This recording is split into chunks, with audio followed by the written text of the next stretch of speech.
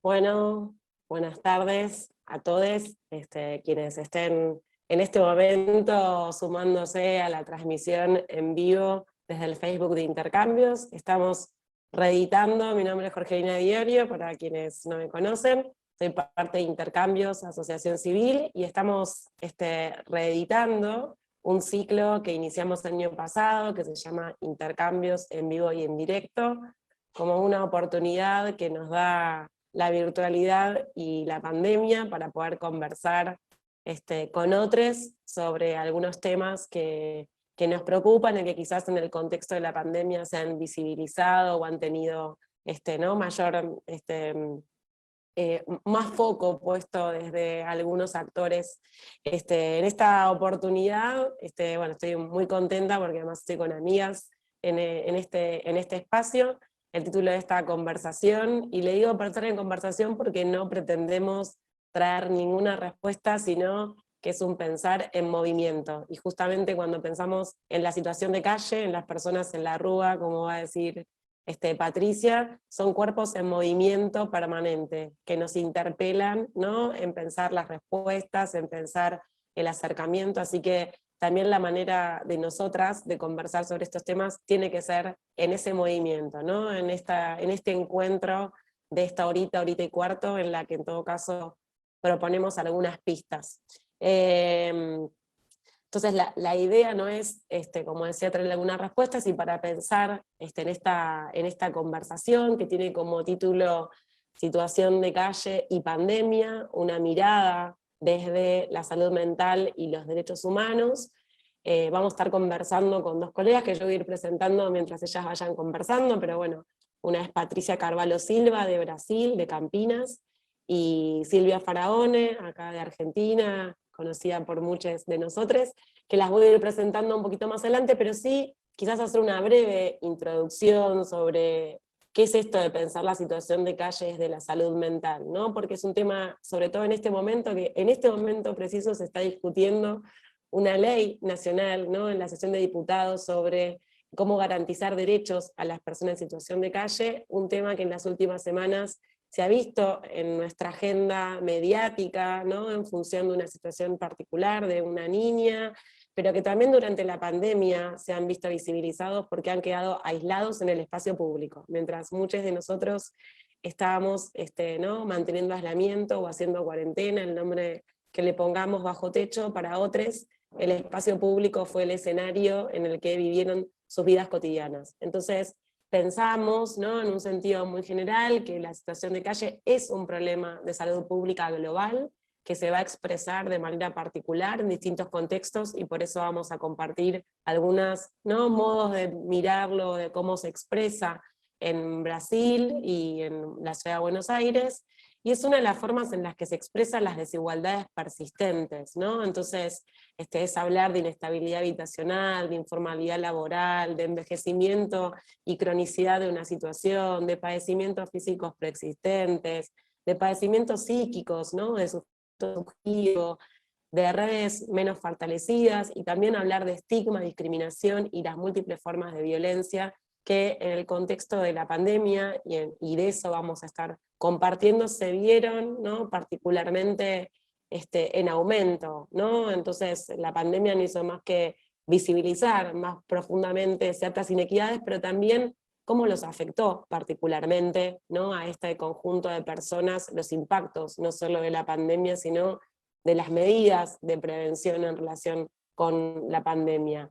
Yo pensaba, mientras armaba algunas líneas para hacer esta presentación, que hace muchos años una mujer, yo estaba dando un taller, que muchos de nosotros en el campo de la salud comunitaria hacemos talleres y actividades colectivas, y me interpela, ¿no? Y me dice, a ver vos que sos psicóloga, y tantas preguntas nos estás haciendo, a ver si me puedes contestar. ¿Qué le pasa por la cabeza? Y es casi que literal la pregunta, me dijo, ¿qué le pasa por la cabeza a una persona que vive sistemáticamente múltiples formas de violencia, familiares, físicas, de la policía, que está todo el tiempo pendiente de ver dónde dormir y cómo se la rebusca para vivir?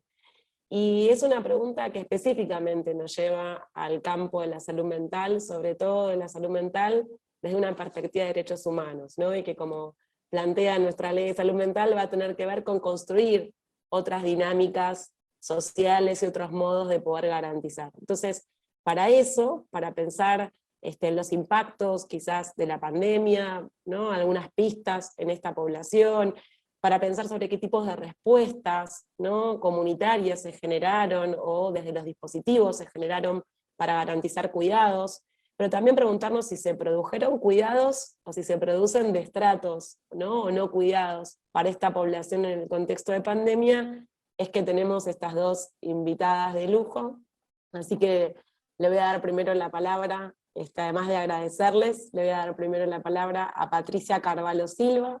Patricia es psicóloga, es magíster en salud pública por la Facultad de Ciencias Médicas en la Unicamp, en Campinas, en Brasil. Es colaboradora del grupo de investigación Conexiones, Políticas de Subjetividad y Salud Colectiva en la misma universidad, y es investigadora de un investigador que investigación que realizaron entre mayo y septiembre del 2020, titulada Pandemia en la calle, un estudio evaluativo del enfrentamiento al COVID-19 por los equipos de consultorio de Rúa en Brasil. Patricia, muchas gracias por sumarte, ¿no? en este encuentro, en este Zoom, y te doy la palabra. Obrigada, Rorlina.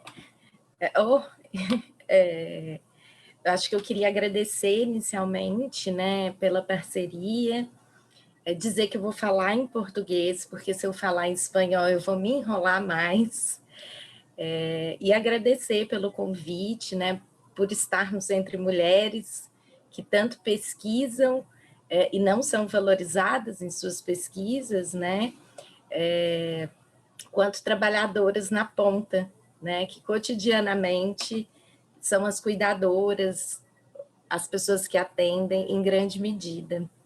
Eu vou dividir uma apresentação só para as pessoas poderem ir ajudando um pouco, né, com a minha fala, que é em português. Um minuto.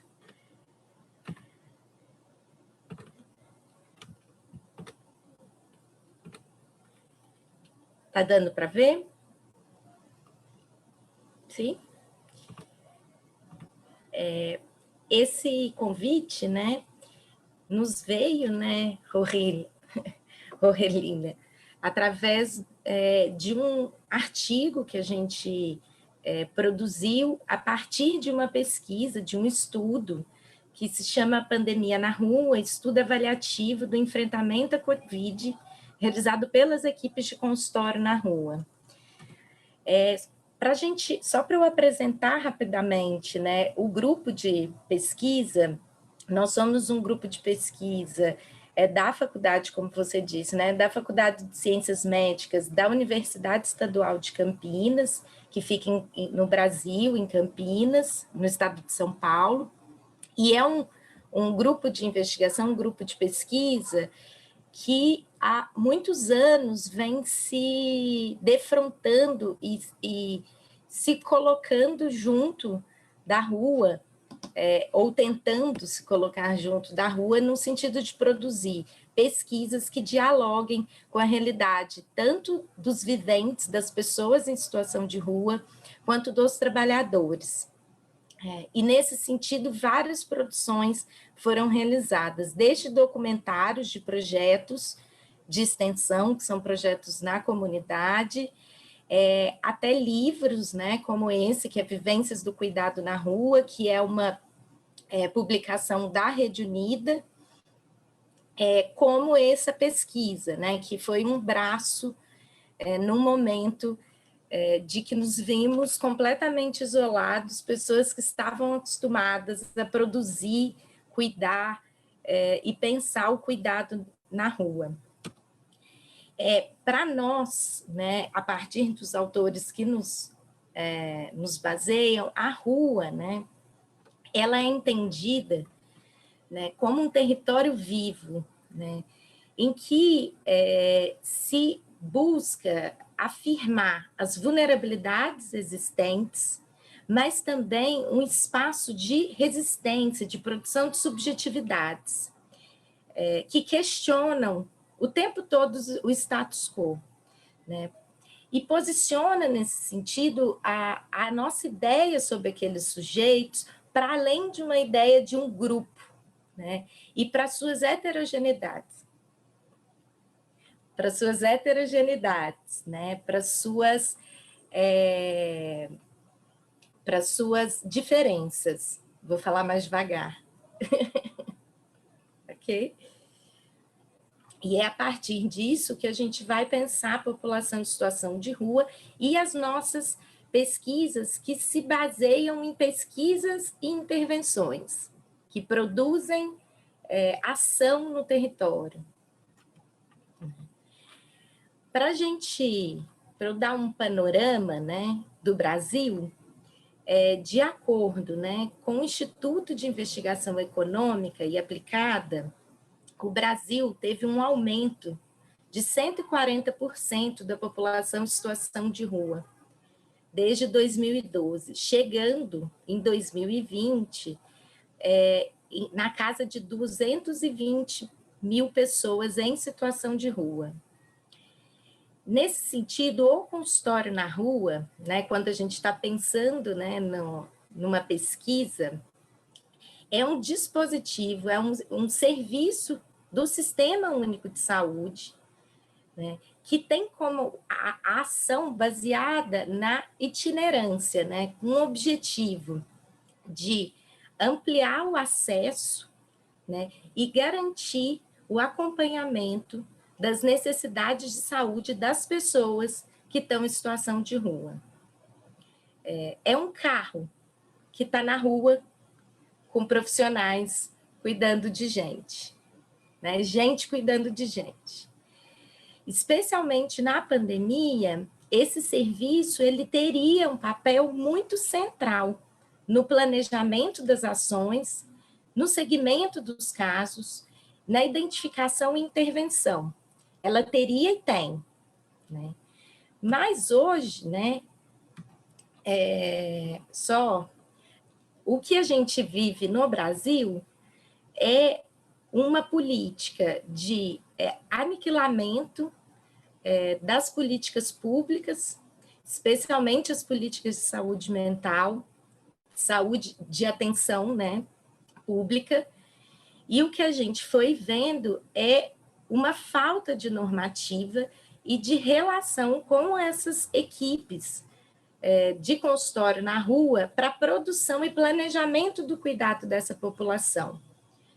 Além disso, a gente vem nos últimos dias e nos últimos 14 dias com uma média móvel de casos no nosso país de mais de 2.600 pessoas que morrem diariamente no Brasil, com um presidente da República que nega a existência da pandemia, vincula a pandemia, né, a algo que é uma gripezinha, é coisa pouca, e que atrapalha todos os processos possíveis de prevenção, desde não usar máscara, até falar de tratamentos que não existem, né, até de não coordenar ou não deixar um Ministério da Saúde coordenar ou ter alguém que possa coordenar isso.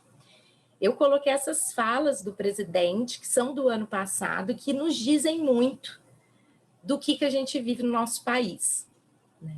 Que entende, e aí grande parte da população também, né, nessa relação de achar que é uma fantasia, é coisa da China. Hoje eu vi uma pesquisa que 30%, se eu não me engano, da nossa população acha que se tomar vacina vai ser implantado um chip que vai acabar com o sistema nervoso das pessoas. É disso que a gente fala no nosso país. Bom, falando da pesquisa, né? O nosso objetivo era um monte de pesquisador muito relacionado com a rua, querendo investigar, né, a gestão assistencial, a gestão em saúde das equipes de consultório na rua, né, dessas equipes. produzir uma memória dos trabalhadores e das pessoas em situação de rua e das suas experiências, uma narrativa das pessoas falando de si. E produzir encontros, e que a gente produziu para trocar experiências entre as equipes e as pessoas em situação de rua. Essa pesquisa ela se desenvolveu de maio a setembro de 2020 e tem uma somatória de ações que a gente fez, desde um questionário online para as equipes, até o levantamento de temas de reportagens das mídias de comunicação e uma análise dos discursos dos trabalhadores e das pessoas que vivem nas ruas. Quem que respondeu essa pesquisa, né? A gente tinha, naquele momento, pelo Cadastro Nacional, né, de Estabelecimentos de Saúde, do Ministério da Saúde, um total de 167 equipes cadastradas no país, em 110 municípios. 56% dessas equipes responderam esse questionário inicial e 75% dos municípios. A partir desse questionário, a gente abre um diálogo tanto com as pessoas em situação de rua quanto com os trabalhadores, via WhatsApp. E nesses encontros e diálogos, a gente foi levantando, a partir de um diário dos próprios pesquisadores, né, das falas, uma diversidade de falas que nos apresentavam o que a gente vem fazendo com a população em situação de rua na pandemia, no nosso país, neste recorte de tempo, e que não era novidade para nós. Era o que a gente desconfiava, né? Uma população que é colocada, né, numa ideia de que precisa ficar em casa, né? Essa era a grande regulamentação, né? Fica em casa, mas para quem que é essa regulamentação se as pessoas não têm acesso à dignidade mínima de ter uma casa? Lavem as mãos. Para quem? Se a gente não tem torneiras públicas capazes das pessoas lavarem as mãos.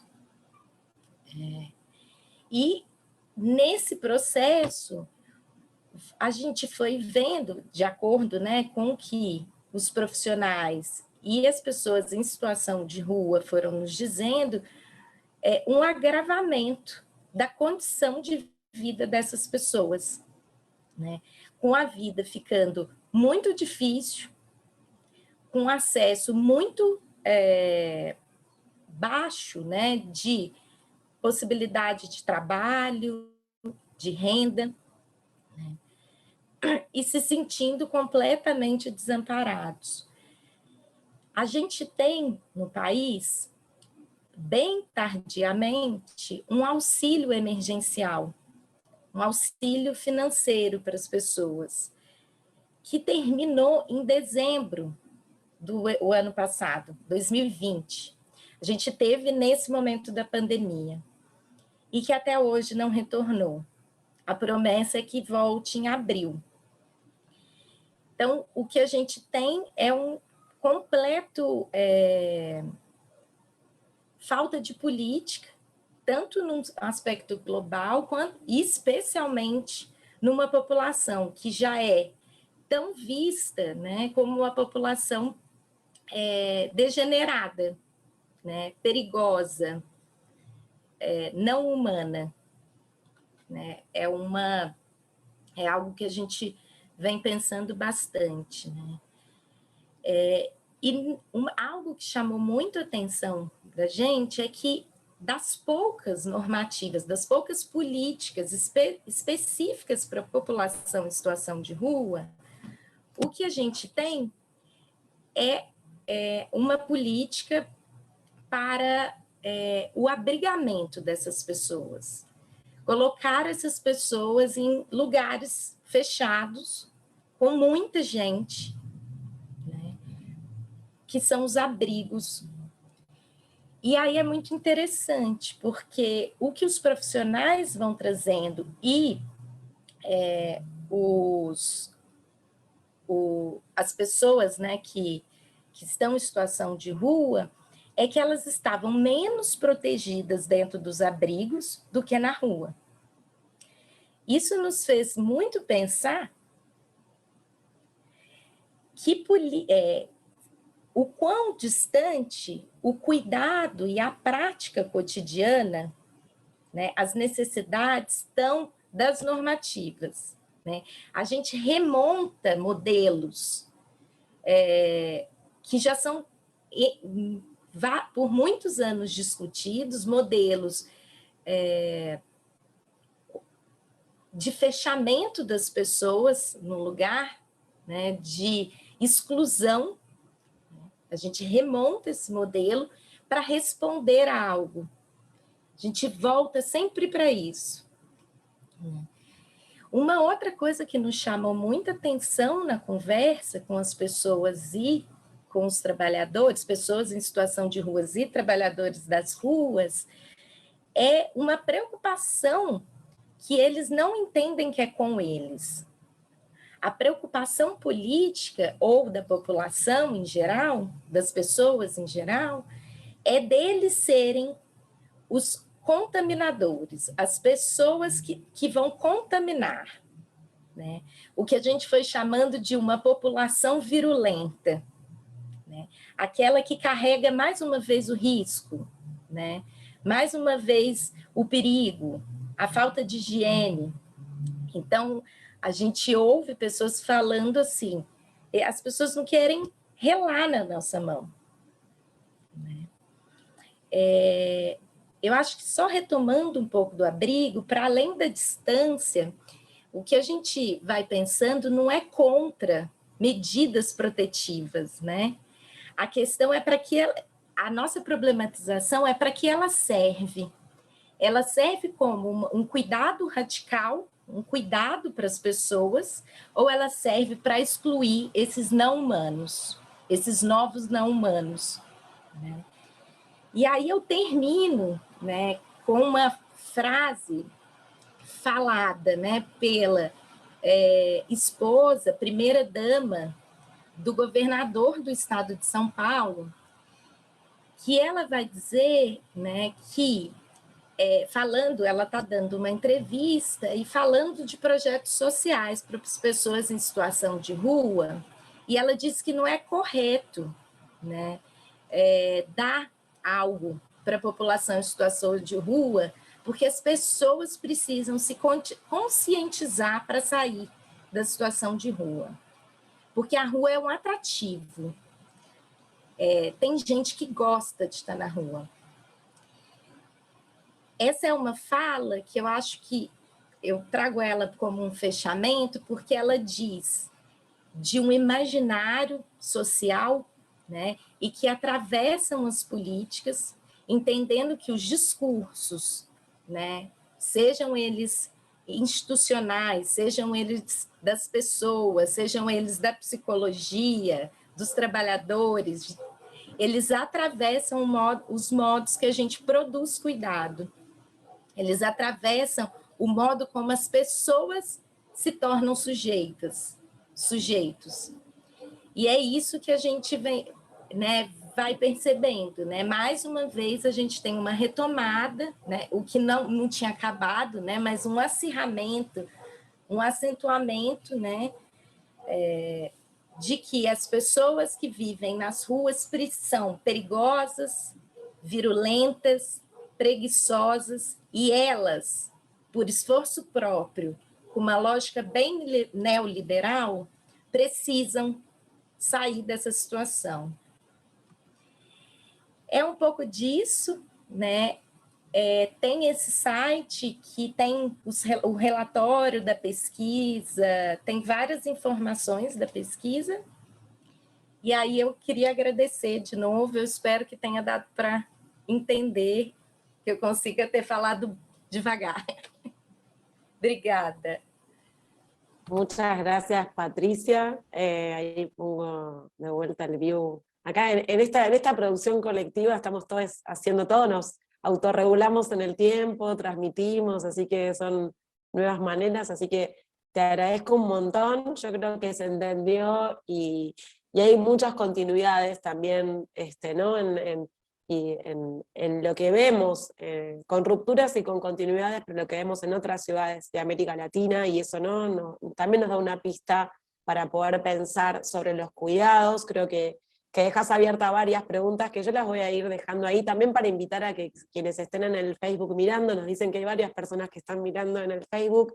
Del otro lado de esta pantalla de computadora está Yoko Shimo, que también fue parte del relevamiento, que yo voy a compartir algunos resultados y está ahí haciendo la logística, así que invitamos a quienes estén mirando a que hagan comentarios, a que hagan preguntas, a interpelarse también por lo que comenta Patricia, ¿no? De estas relaciones entre los contextos y cómo se producen cuidados, y esta pregunta que queda dando vueltas sobre si, ¿no? De qué manera las personas en situación de calle, o con estas vulnerabilidades o con otras, ¿no? Se convierten en objetos de cuidado o son pensados como sujetos de cuidado, y cuánto de nuestros cuidados o de los cuidados en términos de políticas públicas, en términos, ¿no? De programas o de propuestas, están en clave de acompañar, de restituir derechos, o a veces de tutelar, ¿no? Y de colocarlos en posiciones, ¿no? Donde son mirados desde el control, desde cómo debería ser el modo de cuidarse o de estar, ¿no? Yo te escuchaba y encontraba muchas continuidades con lo que quizás yo voy a compartir, y ahí entro en el pie para compartir con ustedes algunas ideas de este relevamiento, tratando de ser lo más breve posible. No voy a compartir un PowerPoint, pero sí, digamos, transmitirles, ¿no? Nosotros también entre abril y noviembre del año pasado, desde Intercambios Asociación Civil, realizamos un relevamiento que tenía otra metodología u otro objetivo, pero irrumpe la pandemia y nos obliga a pensar, bueno, ¿qué hacíamos con la investigación, que era una investigación para pensar sobre salud mental y población en situación de calle desde la perspectiva de los propios participantes? Y también como una decisión ético-política, ¿no? Desarmamos nuestra propuesta de investigación y pensamos una diferente, diseñando una metodología que nos permitiera a quienes estábamos ¿no? en condición de aislamiento, porque además con medidas restrictivas que implicaban no salir o no hacer determinadas tareas que no eran consideradas esenciales, y cómo nos conectábamos con quienes sí estaban realizando tarea esencial y que la siguieron haciendo durante todo el contexto, tanto del ASPO como del DISPO, ¿no? en nuestro país, que eran las organizaciones comunitarias, ¿no? y sociales, que fueron quienes garantizaron los cuidados a esta población en situación de calle en el contexto de pandemia. Y fue así que organizamos un relevamiento junto con 4 organizaciones comunitarias, que las quiero nombrar porque no están acá, estoy hablando yo, pero digo, son parte, ¿no? de esto que compartimos en términos de una producción colectiva, Abrigar Derechos, No Tan Distintas, Tecoporá y Olleriando. Y lo que hicimos fue diseñar un instrumento de manera colectiva que fuera simple, que fuera sencillo, que también implicaba como investigadores, bueno, ceder a que no podemos investigar todo lo que quisiéramos, ¿no? Porque lo importante era cómo garantizábamos darle voz, ¿no? a las personas que estaban viviendo el aislamiento en el espacio público. Entonces, a partir de ahí, fueron las organizaciones quienes fueron el nexo con las personas, incluso algunas personas en situación de calle o en riesgo de calle, entrevistaron a otros, ¿no? en esos encuentros, con lo cual el propio proceso se convirtió en un modo de producir otras subjetividades y de pensarse sobre la situación. Con esa modalidad accedimos a casi 57 personas que estuvieron en situación de calle efectiva en el contexto de la pandemia. Esto quiere decir que la mitad de ellos no estuvo alojado en ningún dispositivo de alojamiento nocturno, justamente con motivos parecidos a los que vos planteabas, Patricia, en Brasil, por las vivencias, ¿no? Por el temor a las violencias, al temor al contagio del COVID. Pensemos que es una población que tiene, ¿no?, como ciertas características que la convierte en mayor vulnerables a contraer la enfermedad, a desarrollar síntomas, incluso a morir por, ¿no?, por el COVID-19, por cuestiones físicas preexistentes, porque además la mayoría, y esto, ¿no?, los participantes de la investigación tienen usos de sustancias psicoactivas y algunos padecimientos respiratorios, porque es una población envejecida y particularmente porque no accede, ¿no?, a trabajo, vivienda, salud, ¿no?, algunos derechos, hablando en términos de derechos, que la convierte, ¿no?, con menos estrategias para poder dar respuesta. Sin embargo, ¿no?, nos parecía importante visibilizar, ¿no?, de qué manera la situación de calle se vivía en pandemia para esta población, y accedimos, ¿no?, a contactar a estas personas, y entre los principales, yo no quiero detenerme en todos los resultados, sino compartir algunos hallazgos principales, ¿no?, que claramente van en línea con lo que planteaba Patricia sobre el agravamiento de las condiciones de vida para quienes estaban en situación de calle, que refieren que previo a la pandemia realizaban algún tipo de actividad de trabajo informal para su subsistencia, pero que en el contexto del aislamiento esto se ve interrumpido, lo que genera menores condiciones para enfrentar las necesidades de su vida cotidiana. Pero además, ¿no?, casi el 80% de las personas que participaron de este relevamiento refieren no haber accedido al sistema de salud como mínimo 2 años antes del inicio del relevamiento, con lo cual el acceso a la salud ya se veía dificultado, y solo había 17 personas que estaban tratando de sostener algún tipo de tratamiento con dificultades, incluso en el contexto, no tratamientos no solamente en el campo de la salud en general, no específicamente vinculados con los consumos de sustancias psicoactivas o con algún padecimiento de salud mental. Refieren específicamente un aumento de las violencias institucionales en el contexto de la pandemia, y esto lo dicen todos los participantes, ¿no?, en voz propia o en primera persona. Por un lado, el aumento de las violencias policiales en el contexto de la Ciudad de Buenos Aires, donde incluso se les ha pedido, tenemos relatos de personas que refieren que se les pide un certificado para poder ir a un comedor, ¿no? Digo, una actividad esencial como ir a comer. Algunas personas eran paradas por controles policiales. También hemos tenido, ¿no?, personas que han sido quemadas en el contexto de la pandemia, o sea, que solamente no es el aumento de la violencia policial o institucional, sino también el aumento de las violencias sociales en el contexto de la pandemia, incluso, ¿no?, el no acceso a ciertas políticas públicas o ciertos servicios que le corresponden, también lo entendemos como una forma de violencia institucional, ¿no? En nuestro país, nosotros tenemos una medida que creo que es parecido a lo que vos contabas, si no entendí bien, el ingreso familiar de emergencia, una población que cumple casi todos los requisitos para acceder a ese beneficio. Solo la mitad de los participantes del relevamiento que nosotros hicimos accedieron, y fue a partir de que alguna organización social y comunitaria facilitó la posibilidad de acceder, básicamente porque era a partir de la conectividad, ¿no? Entonces ahí el derecho a la conectividad, el derecho a estar conectado también aparece vulnerado, y es algo que las personas en situación de calle refieren, cómo sus vínculos interpersonales se ven rotos, ¿no? Esas redes que venían sosteniendo con organizaciones y también con familiares o con otras personas, que se ven interrumpidos, y que justamente al no tener acceso a la tecnología o a la conexión, ¿no?, aumenta las vivencias de malestar o afectaciones vinculadas al estar con otros, ¿no?, pensando en aspectos de la salud mental. También en relación específicamente a afectaciones en el campo de la salud mental, como yo decía, el total de los participantes refiere estar en alguna situación, ¿no?, consumir algún tipo de sustancia psicoactiva, y el 80% de los que participaron, y eso nos parece importante destacarlo, refiere que aumentaron sus consumos, que tuvo más ganas de consumir, que se sentía más solo, que estaba más deprimido, y que incluso eso, ¿no?, generaba ciertas cuestiones de malestar, pero que a su vez habían podido implementar algunas prácticas de cuidado en relación con sus consumos y el COVID, ¿no? Digo, desde evitar el compartir, por ejemplo, el cigarrillo de marihuana, o ver con quiénes elegían, ¿no? Ciertas prácticas de cuidado colectivo, que dentro de lo que es posible en un contexto de extrema vulnerabilidad, pero pensando en prácticas de cuidado que las propias personas implementaban en relación a sus consumos y al COVID.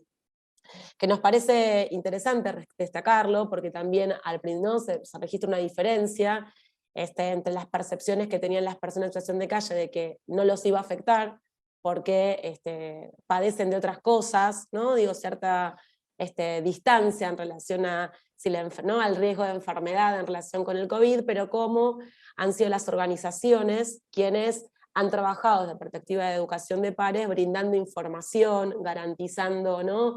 En términos de revisar o de pensar ciertas ideas en esos pequeños momentos, encuentros de la asistencia, en las que además las personas en situación de calle refieren que han recibido información y elementos de protección sobre el COVID específicamente por parte de las organizaciones comunitarias que estuvieron a cargo de su asistencia, ¿no? Estoy refiriéndome a entregar barbijos o mascarillas, a entregar alcohol satinizante, a garantizar alguna mínima condición de acceso a higiene en una población que, como bueno, también planteó Patricia, no accede a las dos pautas generales de cuidado que tenemos en este contexto también, que es ¿no? algunas cuestiones vinculadas con el aislamiento y las cuestiones vinculadas con el acceso a la higiene.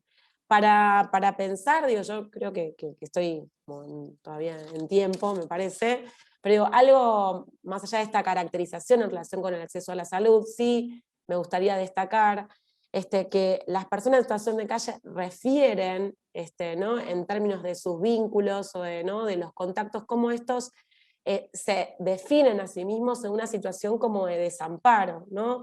Y como el cierre de la mayoría de los dispositivos que quedaron, que quedaron reducidos a una cobertura mínima, ¿no? Justamente por parte de las medidas de protección, genera un tipo de sufrimiento, de padecimiento vinculado con el vínculo que establecen con las instituciones.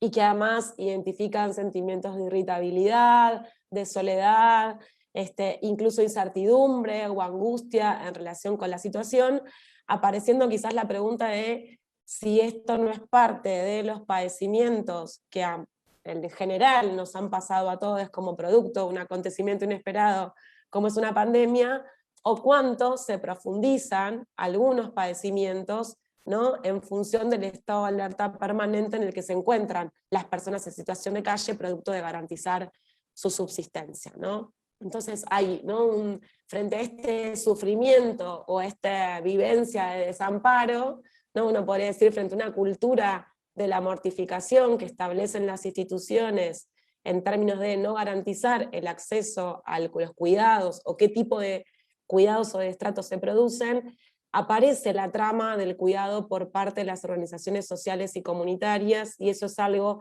que quienes participaron del relevamiento revalorizan puntualmente, y me parecía que si estamos pensando en cuestiones de salud, ¿no? en términos de salud mental, el tipo de vínculo o las formas de sostén que se generaron, no solo entre los propios pares, porque se registran prácticas, ¿no? donde los pares se convierten en fuentes de información, recomendando lugares a donde ir, brindando alguna estrategia o información de cuidado, o pensando cómo cuidarse de manera colectiva, que también es otra forma de pensar los cuidados.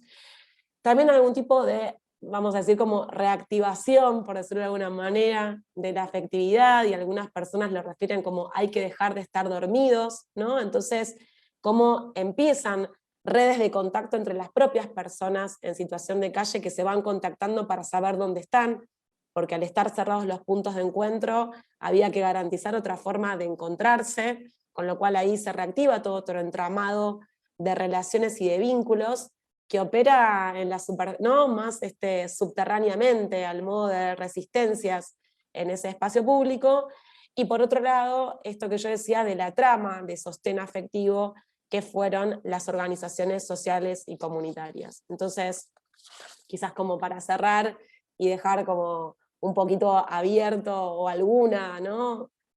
Alguna línea en relación a cómo esto que registramos del modo en que las personas en situación de calle han vivido, o algunas experiencias en relación a la pandemia en el contexto de la ciudad, frente a esta cultura del destrato o esta mortificación, aparece una pedagogía de la ternura, o sea, hace necesaria una pedagogía de la ternura, que para nosotros tiene tres elementos, ¿no? Por un lado, una dimensión ética, en tanto una ética de la relación, y decíamos al principio que solo pudimos hacer este relevamiento o dar cuenta de esta información porque hay organizaciones que siguieron vinculándose con quienes necesitaban la asistencia, ¿no? Y hay un posicionamiento ético en relación con el cuidado. En segundo lugar, una dimensión política, entonces que tiene que ver con movernos en relación por aquello que nos afecta, ¿no? Y generar ahí acciones posibles, en este caso de visibilización, porque la investigación está al servicio de mostrar, de denunciar o de hacer visible ciertas prácticas, pero también de ponernos a pensar en relación a qué necesitamos para garantizar otras formas de producir socialmente cuidados con una población en extrema condición de vulnerabilidad.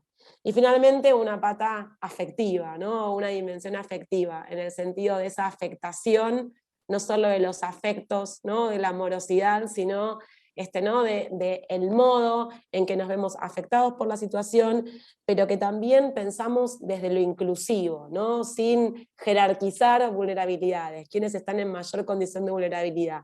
Mirar con un eje de la interseccionalidad, tratando, ¿no? de evitar las jerarquías de las opresiones, y ahí hay como una invitación quizás a seguir pensando sobre de qué manera es posible garantizar cuidados o pensar desde una mirada de la salud mental con esta población en extrema condición de vulnerabilidad. Espero no haberme pasado de mis minutos, y en esta doble función vuelvo a invitar ahí a quienes quieran poner comentarios en el Facebook, ahí Yoko me está mandando, y mientras le paso, nos queda todavía un ratito, así que le vamos a dar la palabra a Silvia Faraone, que la voy a presentar en este momento porque hice una presentación solo de nombre. Silvia Faraone es licenciada en Trabajo Social, es magíster en Salud Pública y doctora en Ciencias Sociales, es titular de la Cátedra de Problemáticas de la Salud Mental en la Argentina en la carrera de Trabajo Social, y coordinadora del Grupo de Estudios de Salud Mental y Derechos Humanos del Instituto de Investigación Gino Germani, ambos de la Facultad de Ciencias Sociales de la UBA. También es titular de varios seminarios y doctorados, seminarios de doctorado y maestrías en diferentes universidades de Argentina, y recientemente ha publicado, junto con Alejandra Barcala, otra referente del campo de la salud mental, un libro titulado A 10 años de la sanción de la Ley Nacional de Salud Mental, coordenadas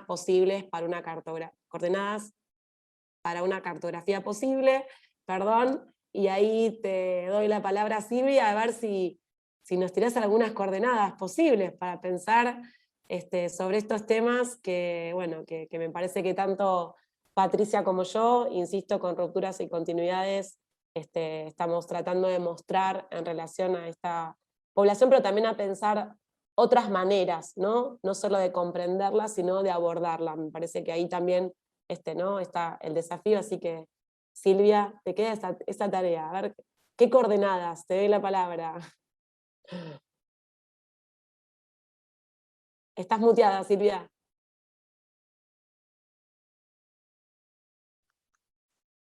Gracias, Jorgelina. Ahora sí, ¿no? Se escucha bien. Bueno, gracias, Jorgelina. Un abrazo muy profundo a todos los amigos de Intercambios que desde hace ya mucho tiempo venimos compartiendo un camino común en esto de pensar la salud mental y los derechos humanos, y en ese camino nos encontramos.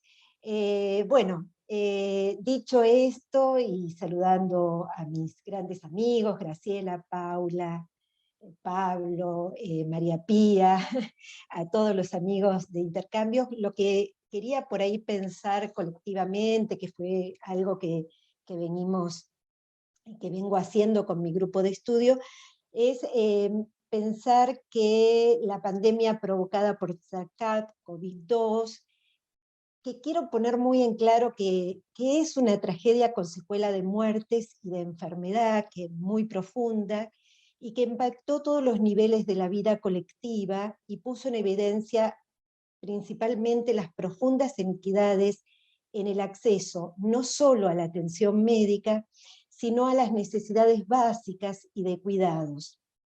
Estas inequidades además mostraron, por lo menos en Argentina, y diferencias, y creo que en Brasil también, por lo que nos venía contando Patricia, diferencias intra e interprovinciales por un lado, y además diferencias muy marcadas entre los barrios o áreas poblacionales de una misma ciudad. En Argentina la pandemia por el COVID-19 no solo involucró múltiples manifestaciones, sino que se desarrolla en un enorme contexto de vulnerabilidad social. Al igual que en otros países de Latinoamérica, los desafíos frente al COVID-19 resultan complejos, no solo por la excepcionalidad del nuevo virus, ¿no?, de este agente de transmisión, sino por las inequidades sociales, económicas, genéricas y sanitarias que el contexto de pandemia puso sobre el tapete, digamos.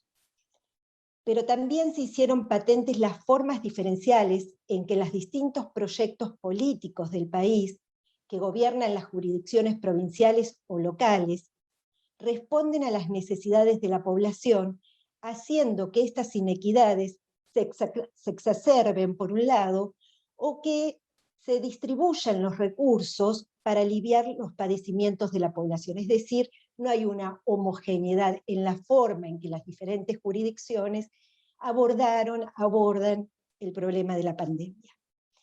En principio, al inicio de la pandemia, la centralidad de las áreas biomédicas, particularmente las vinculadas a la infectología y a la epidemiología, estaban justificadas por la falta de conocimiento mundial sobre este nuevo virus. El problema fue la prolongación en el tiempo de la dominancia de esta mirada biomédica, que dificultó comprender otros problemas que la pandemia instalaba en la sociedad, particularmente desde mi mirada, desde mis estudios, vinculados a los padecimientos psíquicos que se producían tanto en los sujetos individuales como en los sujetos colectivos. Pero también, paulatinamente, se fueron sumando voces que problematizaban los efectos de la pandemia y las posibilidades de llevar adelante las medidas preventivas. Ámbitos académicos, movimientos sociales, agrupaciones de usuarios y usuarias, y agrupaciones de trabajadores, trabajadores y trabajadoras del campo de la salud y de la salud mental y de los derechos humanos, se fueron incorporando a un debate público, problematizando las condiciones de vida y el entramado intersubjetivo y comunitario. En este contexto, y en el marco de esta mesa, la problemática de la salud mental y los derechos humanos abren todo un debate que seguramente lo vamos a continuar ahora con las intervenciones de la gente que nos está acompañando y escuchando, y en especial quería hablar sobre el trabajo vivo en acto que los trabajadores y trabajadoras del campo de la salud mental y los movimientos sociales desarrollaron en los espacios micropolíticos, algo que vos, Jorgelina, traías en tu propia investigación y con los grupos de investigación que estuviste trabajando, y que Patricia también lo traía y lo ponía en escena, ¿no? Esta potencia del trabajo vivo. Entonces, pondré especial mirada en la situación de la Ciudad Autónoma de Buenos Aires, la CABA, por ser, por un lado, la jurisdicción más rica del país, con una infraestructura sanitaria mucho más desarrollada que el resto de las jurisdicciones, y a pesar de lo cual, esas inequidades que estoy haciendo referencia, salen permanentemente a la luz de una forma obscena. Si bien nuestro grupo de estudio, y tal como lo decía Jorgelina al principio, ¿no?, sobre salud mental y derechos humanos, no trabajó en forma directa con población en calle.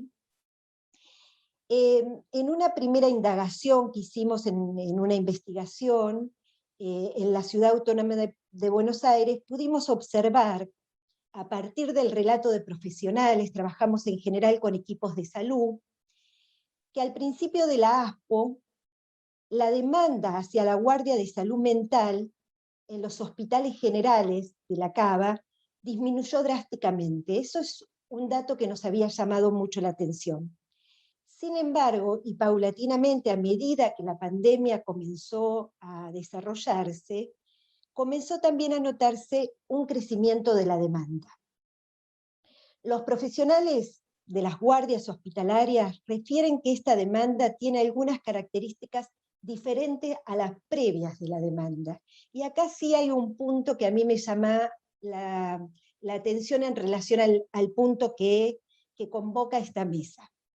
A las consultas habituales vinculadas al consumo de sustancias, a la ingesta de medicamentos o a la situación de daños por quitarse la vida, intentos de suicidio, etc., se sumaron algunas cuestiones vinculadas al miedo por el contagio del COVID y la angustia al encierro y la soledad, como dos puntos muy importantes que aparecían en la demanda de los profesionales de salud. Asimismo, aumentaron dos cuestiones, y este es el punto de coincidencia que decimos con nuestras investigaciones y las de intercambios, y un poco la que planteaba Patricia también. Aumentó la población que consultó, adultas mayores sin ningún tipo de contención familiar, personas en situación de calle, muchísima más demanda hacia los servicios de salud, y jóvenes alojados en comisaría, como tres puntos muy vinculantes que no aparecían en las guardias hospitalarias con tanta frecuencia previo a la pandemia. Un hecho que destacaron varios y varias entrevistados y entrevistadas es que desde el inicio de la ASPO disminuyeron fuertemente las consultas por violencia de género y desaparecieron por completo las vinculadas al maltrato infantil. Estas últimas, las del maltrato infantil, la escuela tenía un rol preponderante en las denuncias y en el acompañamiento de los niños y las niñas a las guardias hospitalarias. Ambas demandas eran cotidianas previas en las guardias de salud mental en los hospitales generales previo a la pandemia, lo que lleva a pensar en una invisibilización de estas problemáticas en el contexto de pandemia.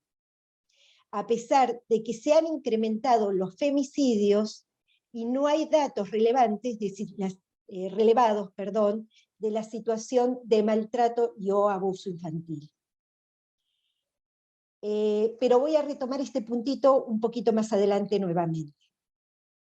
En los espacios comunitarios, la pandemia también se consolidó como un analizador privilegiado que dejó al descubierto, por un lado, la desarticulación profunda entre los sistemas de atención en el campo de la salud, salud mental, y por otro, la diversidad y potencialidad de experiencias que los equipos y que la población fueron capaces de construir. Algo que Jorgelina traía en la investigación, ¿no? Al decir de nuestro querido amigo y maestro Emerson Meri, que seguramente Patricia lo debe conocer porque fue un gran maestro de su propia casa de estudio, la micropolítica de los procesos de trabajo estuvo atravesado por diferentes lógicas del trabajo vivo, y se manifestaron en momentos en que se abren las fisuras, esa fisura o esa tensión que la pandemia pone a los propios equipos, a la propia población, en los procesos instituidos. Lo que dice Emerson, justamente dice que la pandemia pone en jaque cualquier producción de trabajo que los equipos y que la propia población traía en esas lógicas instituidas de trabajo. Entonces, en los espacios comunitarios, un primer aspecto a destacar es que durante la pandemia, vuelvo a referenciar en la ciudad de Buenos Aires, porque es donde pudimos mirar esto, Los espacios vinculados a la atención en salud mental en los territorios fueron los primeros en ser reconfigurados por las autoridades sanitarias. Algunos de ellos fueron reorganizados para la detección y seguimientos de casos sospechosos de COVID-19, desestimándose los espacios y profesionales de diversas disciplinas al plan detectar, es decir, se desarticularon por completo los espacios de salud mental. Situación que ocurrió, por ejemplo, con el Centro de Especialidades Médicas Ambulatorias de Referencia, el CENAR, y quiero decir que en el CENAR del barrio 21-24, uno de los barrios más populosos, Patricia, de la capital argentina, de La Cava, funcionaba uno de los pocos hospitales de día de la ciudad que dejó totalmente de prestar servicio, para convertirse en un servicio de detectar. La otra de las experiencias fue la otra base del encuentro, conocido como LOBE, que asistía a jóvenes en situación de calles del Bajo Flores, que fue convertido en un centro al principio, después se pudo revertir, pero la lógica fue esa, la desaparición de estos espacios como no útiles para el gobierno de la ciudad o para el Ministerio de Salud del gobierno de la ciudad, para convertirlo en un centro de donación de plasma. Conformando así esta situación, un repliegue de las acciones que se venían desarrollando por los propios equipos de salud mental en población justamente sobrevulnerada. La situación de soledad y vulnerabilidad de diversos grupos sociales llevó a algunos equipos de salud y a los servicios sociales de estas instituciones a tomar la decisión personal de readaptar los dispositivos territoriales, principalmente con aquellas poblaciones que están en situación de calle. Luego de un primer momento de no salir al territorio, y a pesar de que las autoridades no habilitaron la posibilidad de salir a territorio, algunos equipos profesionales tomaron la decisión de concurrir a las ranchadas a fin de realizar el seguimiento de salud, alcanzar alimentos, alcanzar preservativos y otros elementos de cuidado y higiene. En estos desarrollos territoriales se trabajó para abordar los problemas de jóvenes en situación de consumo problemático y también de mujeres jóvenes y adolescentes en situación de violencia de género. Una observación muy interesante de trabajadores sociales en contacto con jóvenes en situación de calle y con problemas de consumo es que hubo muchos que contrajeron tempranamente el COVID. Cuando se refugiaron en los barrios, en las ranchadas en los barrios, y esta situación generó una doble estigmatización. Primero porque eran grupos ya estigmatizados en los propios barrios, pero además por contagiarse tempranamente el COVID, como situación que ponía a la vista esta doble vulnerabilidad. Al salir, y esto para mí es uno de los hallazgos más hermosos que tuvimos en este encuentro con los relatos de los profesionales, que nos dijeron o nos contaron que al salir de la enfermedad, estos jóvenes se organizaron para ayudar en los merenderos y comederos que habían quedado sin personas que los pudieran atender por estar contagiadas o por temer al contagio. Es decir, la dramaticidad de la situación produjo en estos jóvenes el deseo de organizarse para hacer un aporte a las necesidades colectivas, lo que demuestra la importancia de construir proyectos colectivos junto con ellos y ellas que creen opciones vitales que los convoquen. Al inicio de la pandemia y durante un periodo prolongado, mientras muchas situaciones vitales y solidarias se produjeron entre los equipos de trabajadoras y trabajadores de salud y de las personas que viven en los territorios, en muchos casos organizados en grupos comunitarios, partidarios, religiosos, de movimientos sociales, etc., otras instituciones estatales que ofrecían servicios en estos territorios, justicias, ANSES, RENAPER, escuela, etcétera, etcétera, cerraron los servicios presenciales, consolidando instancias de atención solo a través de online. Así, los centros de salud y los trabajadores de los centros de salud quedaron como un importante, o como uno de los pocos, o como el único en algunos espacios, lazo presencial de las instituciones estatales en los territorios. Y eran las organizaciones barriales los que se constituyeron como un actor central en este entramado. Me dicen que me faltan 5 minutos, así que voy a tratar de hacer una síntesis. Quería retomar un poquito entonces el tema que, si bien las mujeres víctimas de violencia de género, tal como les contaba en principio, dejaron de concurrir a los hospitales, en los territorios las organizaciones que conforman redes de mujeres tuvieron un rol muy importante. Se conformaron en redes que tuvieron una importante participación, dado el recrudecimiento que la propia violencia de género se instalaba cruelmente en los barrios.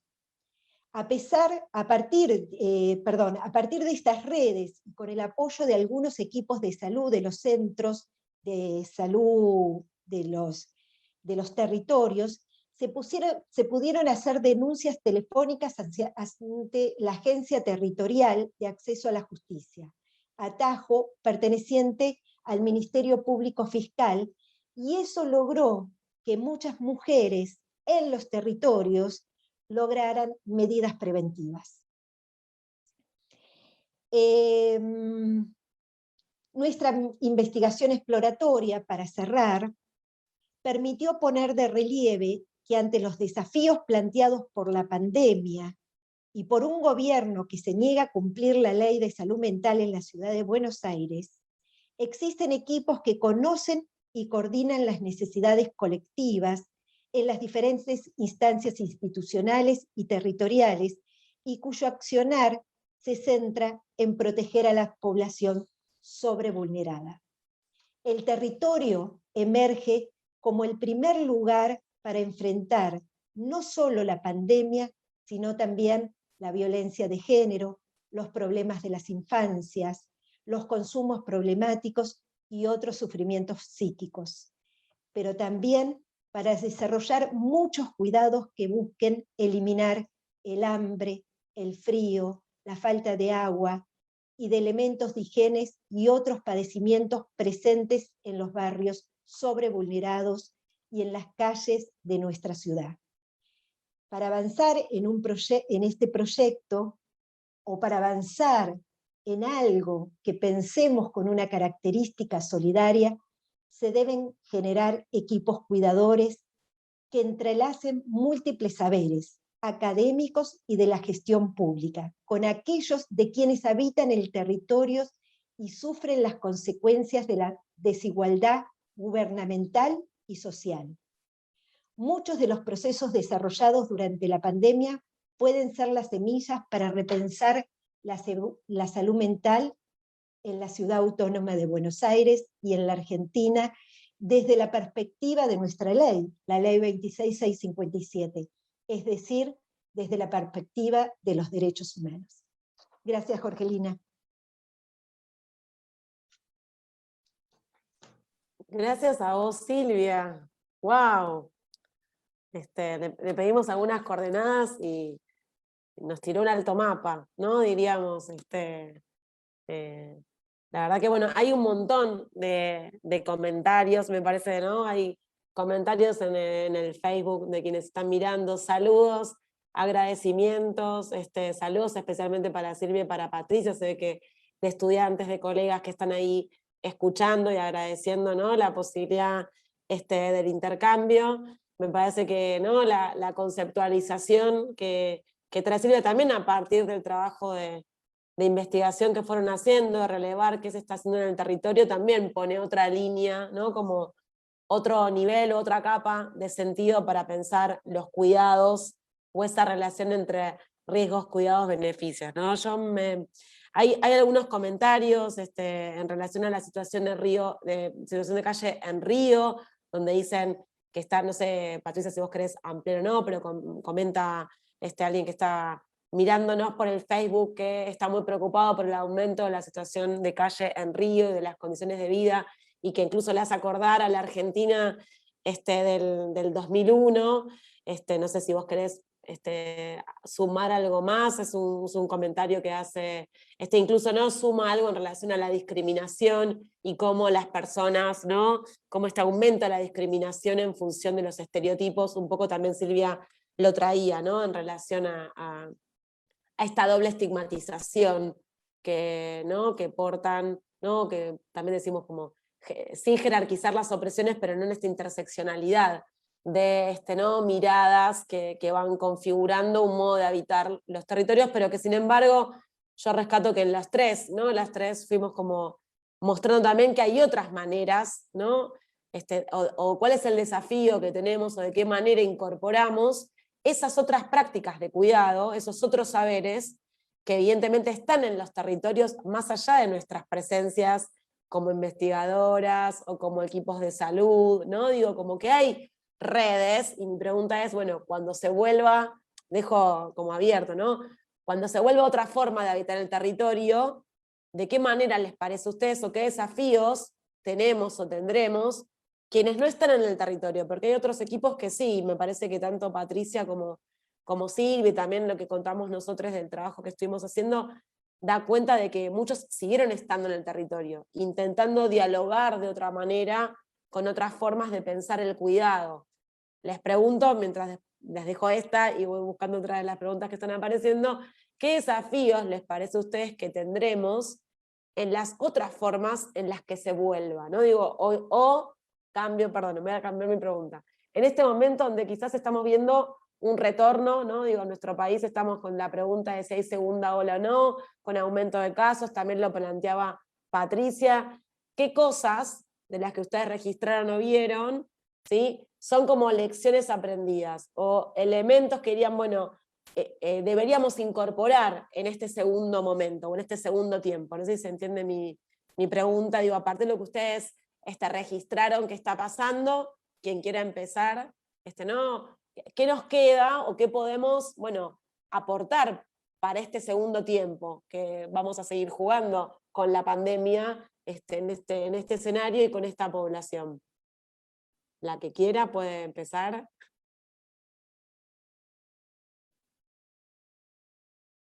Se desmutean y hablan. En este momento estamos en el momento así. Estás muteada, Patricia, si querés hablar. Silvia. Bueno, bueno, hay una parte que es muy de Brasil, que supongo que Patricia va a comentar.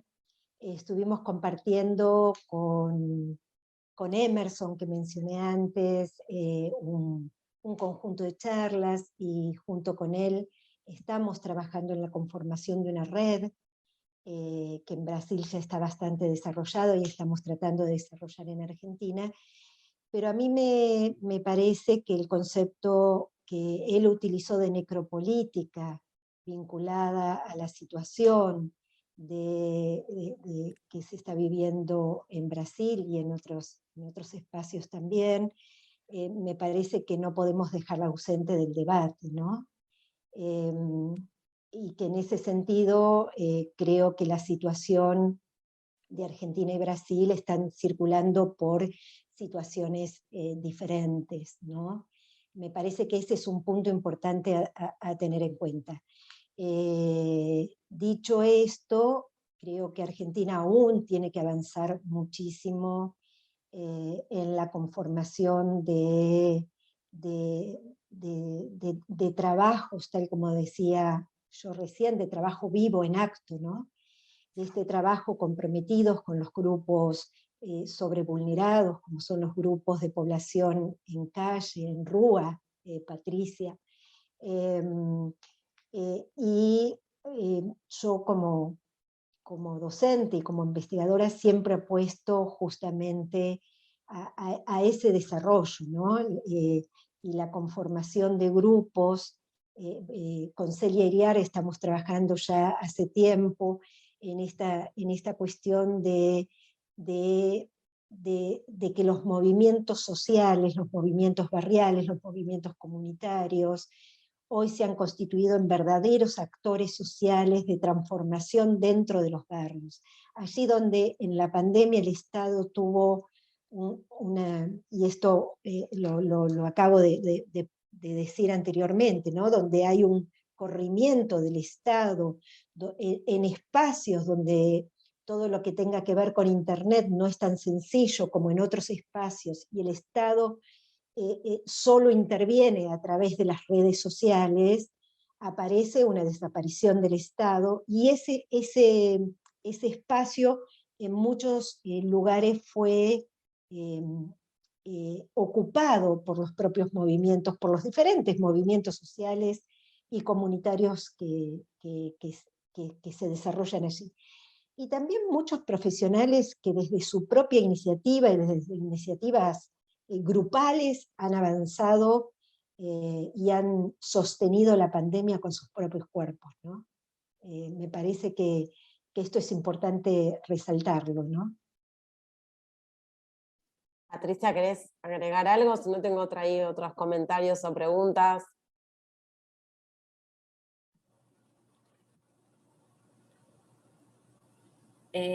Vou ver se eu consigo dizer, né? Acho que a normatização sobre a vida das pessoas, sejam elas vulneráveis, vulnerabilizadas, né, como o Negri, o nosso querido, me sumiu o nome, nos diz, ela já parte de um princípio de que tem vidas que valem a pena e tem vidas que não valem a pena.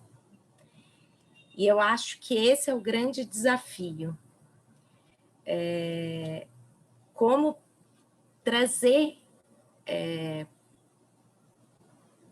para um corpo social, e aí eu estou muito atravessada pela vivência do nosso país, né, de uma segunda onda que é fatal.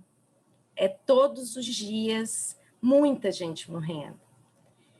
E de muita desesperança. Fico sentindo, Silvia, que a gente está com dificuldade de se juntar. Estamos sem ar também, às vezes, né? E esses espaços que nos alimentam, a pesquisa, o encontro. E acho que esse é o grande desafio, né?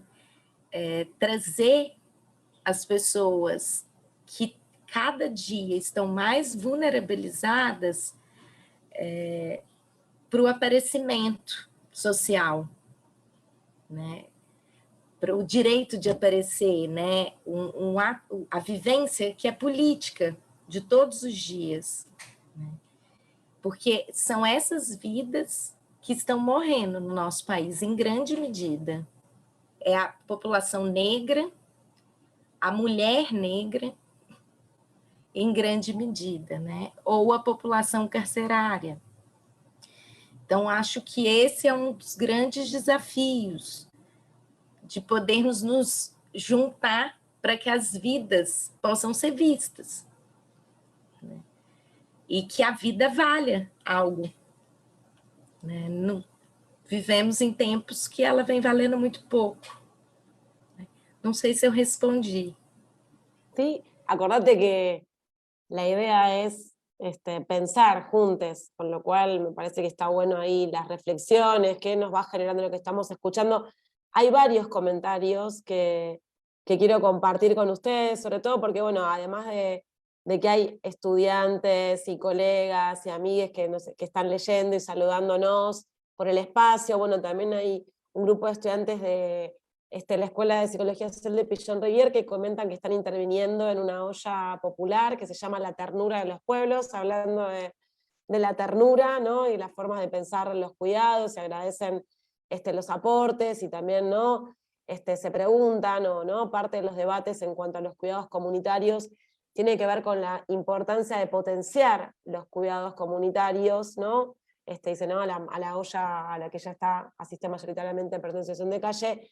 Y a mí me gustaría sumar dos preguntas, las voy a leer juntas, que estamos ahí como una que hace Graciela, que ¿no? Está ahí mirando la ciudad de Tunce, y pregunta cómo potenciar esas prácticas de cuidado presentes en los territorios, de algo de esto estuvimos hablando, sin que esto implique una desresponsabilización de la política pública, ¿no? Me parece que ahí pensaba quizás en nuestra forma de relatar, justamente por revalorizar las prácticas de los grupos comunitarios en el territorio, bueno, cómo pensamos ahí el potenciar esas prácticas sin que eso implique, o qué tipo de relación con las políticas públicas, y leo el otro, una de las dos preguntas, así pueden pensar ahí algún comentario, no necesariamente una respuesta, pero qué piensan sobre esta relación, ¿no? Organizaciones comunitarias, política pública. Y por otro lado, otro comentario, dice, no, creo que la descripción que hizo Silvia en relación a la desarticulación del sistema de salud y de la mirada biomédica como única mirada para resolver las cuestiones de la pandemia, generó un retroceso en el intento de pensar la producción de salud desde una perspectiva integral. ¿Qué consecuencias pueden observar en relación con ello, ¿no? En esta cuestión del tratamiento, ¿no? De la mirada hegemónica de la salud, de cierta salud para pensar la gestión de la pandemia? Y la otra dice un comentario, ¿no? Como de suma urgencia, preocupación, y es de qué manera se está pensando también la salud y, ¿no? en los cuerpos de quienes están en estas tareas de cuidado esencial, ¿no? Digo, los que están cuidando, ¿no? ¿Qué manera pensar en esos cuidados? O si conocen o si saben algo de esto para compartir. Quien quiera, tienen ambas micrófono abierto, así que...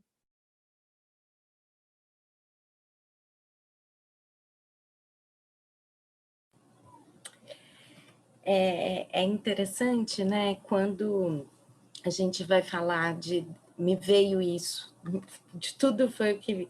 Quando a gente inicia a pandemia no Brasil, em grande medida, me parece que no mundo, as orientações são de abertura de hospitais, né, de tecnologias de internação. No nosso país, o Sistema Único de Saúde, muito enfraquecido, mais resistente, ele tem unidades em todas as comunidades. Então, quando eu estou falando da comunidade, eu estou falando também do cuidado territorial, do cuidado comunitário dessas unidades básicas de saúde, como a gente chama. E elas não entraram, em grande medida, enquanto nos protocolos. Entraram, mas o investimento ele era para abertura de leito, tecnologias hospitalares de respiração, né? Numa rede gigantesca de prevenção que a gente tem, né? Eu brinco, né, mas muito sério, que a gente rapidamente volta para o colo biomédico para pensar, né, as respostas perante a pandemia, né?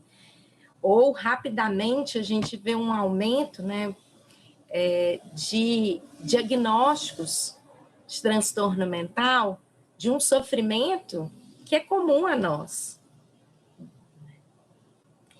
E acho que isso não é desresponsabilizar a política pública, é chamar para a conversa, né? Enquanto articuladores políticos, que sejam os movimentos sociais, as igrejas, que cutucam.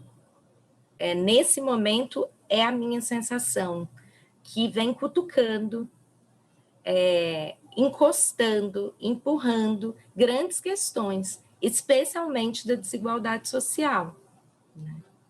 Que é a grande questão, né? Nesse momento, né? Então me veio um pouco isso, assim, fiquei pensando um pouco, a gente rapidamente se isenta. A gente não, né? Mas a política não se garante do jeito que ela resiste pelos trabalhadores.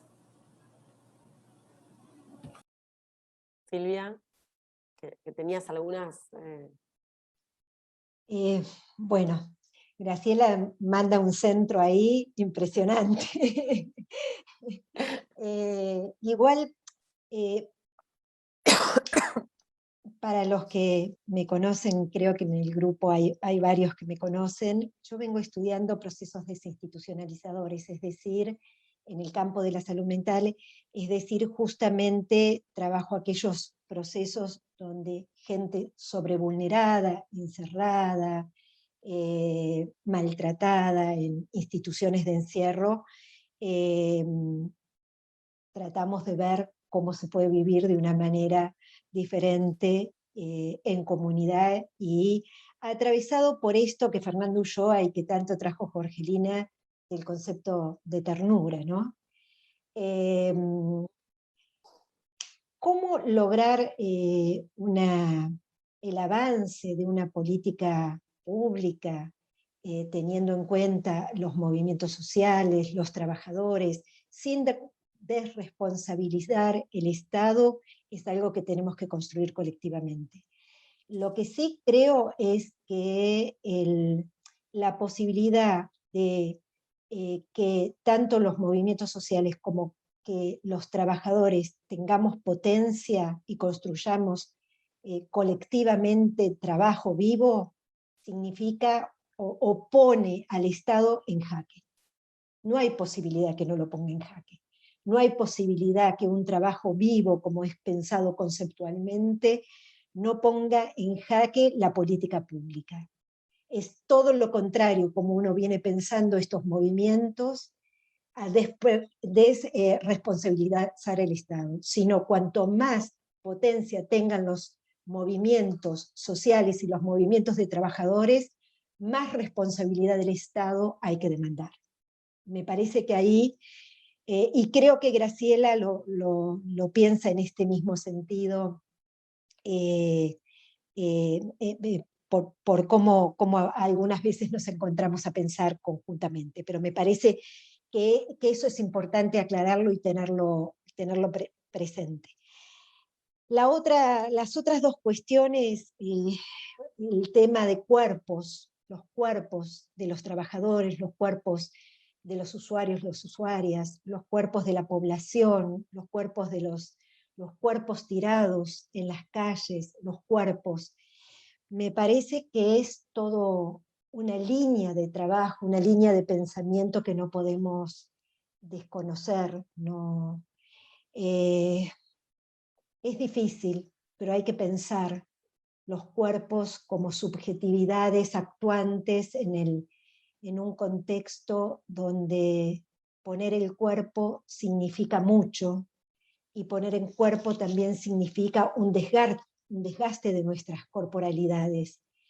Y bueno, ahí yo recordaba mucho en esto, una situación que nos contaban unos compañeros de la provincia de Santa Fe, cuando entraron en una cárcel de máxima seguridad para derribar los muros de un pabellón, digámosle así, de inimputables, de población con problemáticas de salud mental, que hacía años estaban encerrados en un espacio que lo llamaban el corralito porque era un corral de animales, y vivían en forma de animales.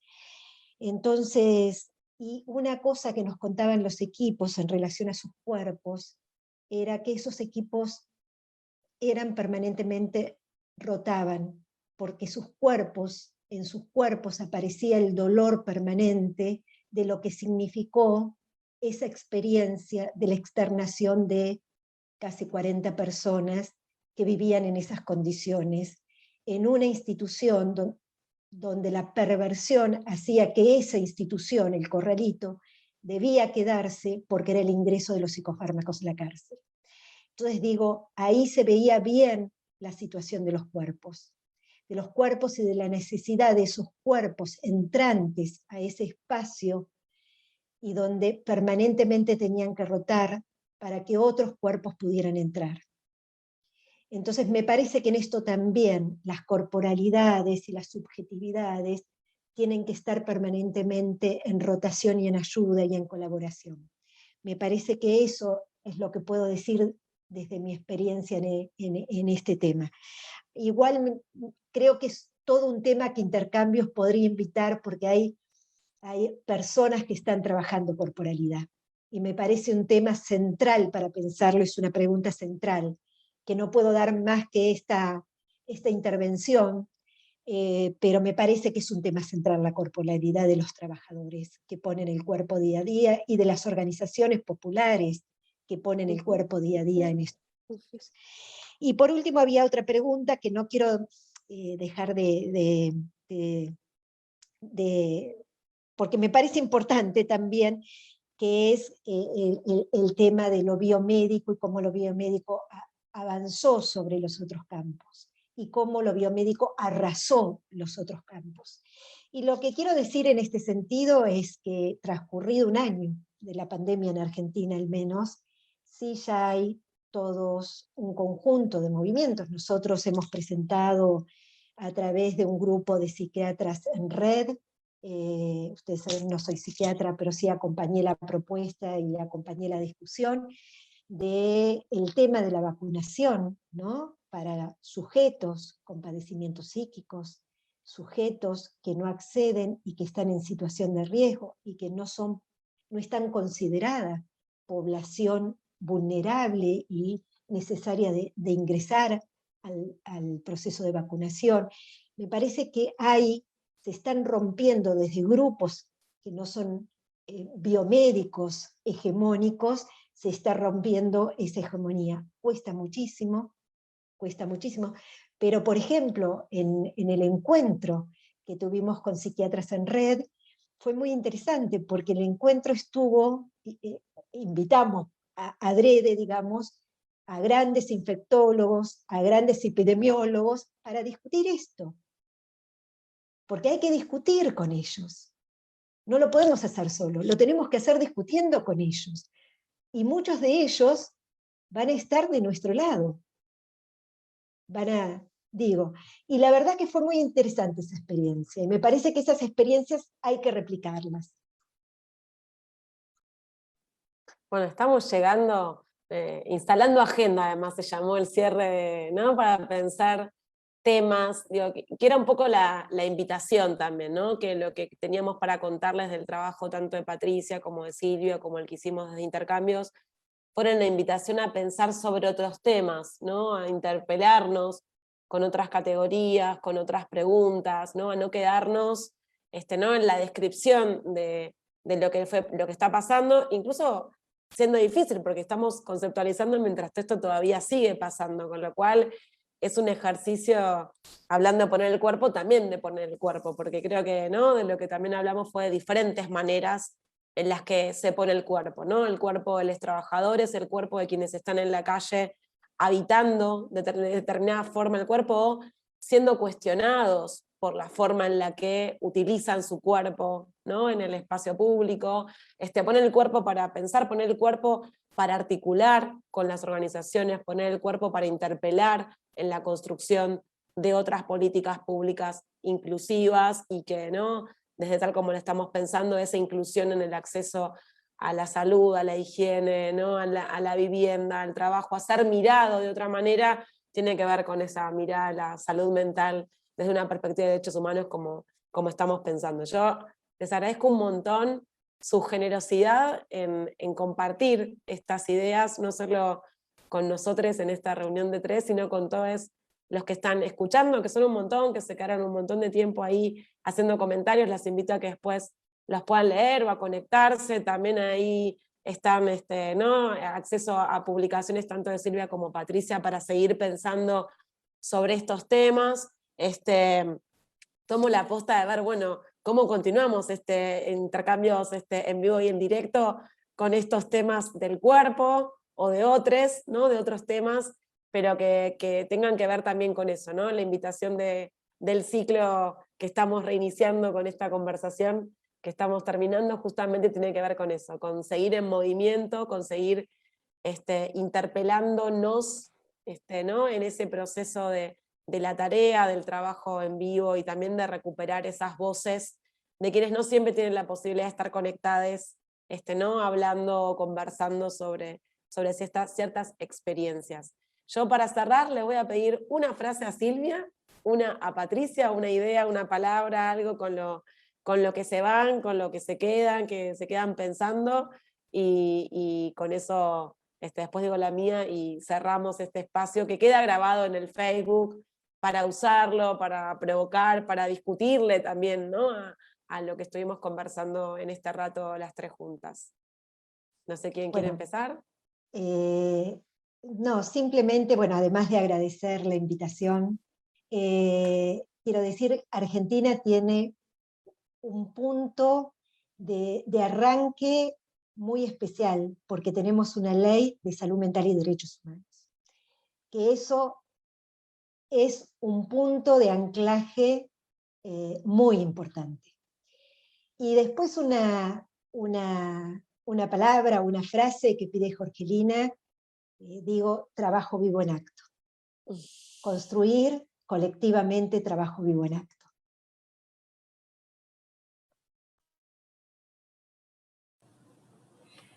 Queria agradecer também, eu espero que, né, eu possa ter ajudado e contribuído, né, na discussão.